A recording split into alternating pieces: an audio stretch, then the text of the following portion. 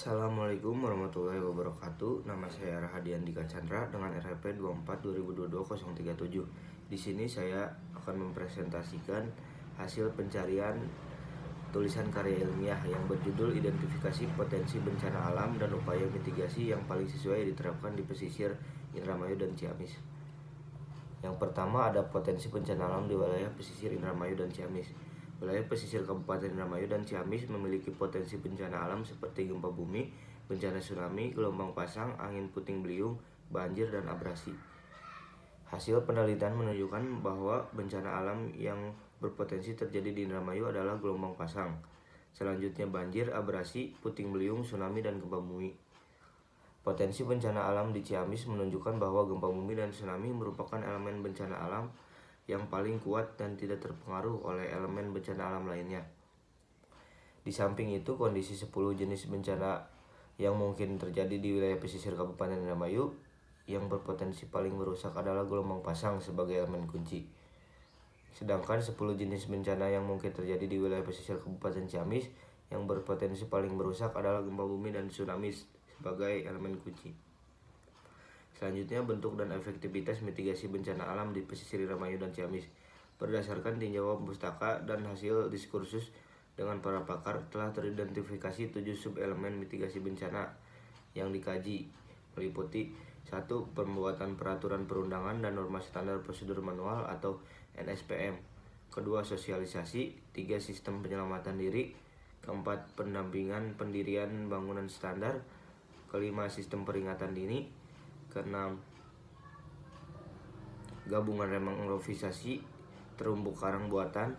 Yang 7. Gabungan pemecah ombak, peredam abrasi, dan penahan sedimentasi yang bergerak sejajar pantai. 4 elemen pertama dikenal sebagai mitigasi non-struktural, dan 3 elemen berikutnya dikenal sebagai mitigasi struktur. Selanjutnya ada hasil analisis untuk elemen keberhasilan mitigasi di Indramayu. Hasil analisis ISM menentukan bahwa elemen pendampingan pendirian bangunan standar, gabungan remang improvisasi, artificial reef, dan beach nourishment, serta gabungan pemecah ombak, peredam abrasi, dan penahan sedimentasi yang bergerak sejajar sepanjang pantai merupakan elemen mitigasi yang dapat diterapkan di Indramayu, terletak dalam sektor 4. Selanjutnya hasil analisis untuk elemen keberhasilan mitigasi di Ciamis. Untuk Kabupaten Ciamis, hasil analisis ISM menentukan bahwa elemen sistem peringatan dini dan elemen gabungan pemecah ombak, peredam abrasi, dan penahan sedimentasi yang bergerak sejajar sepanjang pantai merupakan elemen mitigasi yang dapat diterapkan di Ciamis yang terletak dalam sektor 4 dan level 4. Hal ini berarti bahwa elemen-elemen tersebut memiliki tingkat ketergantungan paling rendah terhadap kejadian bencana alam lainnya.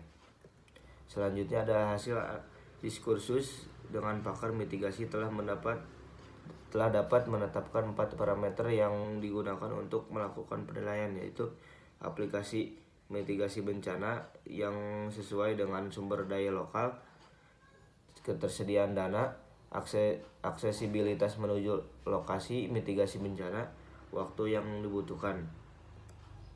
Kesimpulannya, berdasarkan hasil penelitian dapat disimpulkan bahwa data sumber potensi bencana merupakan basis data yang dirancang berkaitan dengan penentuan driver power dari penyebab potensi bencana yang diolah pada model sumber potensi bencana. Data sumber potensi bencana terdiri dari data pakar sumber potensi bencana dan pendapat pakar mengenai hubungan kontekstual antar sumber potensi bencana sesuai dengan teknik yang digunakan pada model ini, yaitu ISM, Interpretive Structural Modeling. Sekian dari saya. Wassalamualaikum warahmatullahi wabarakatuh.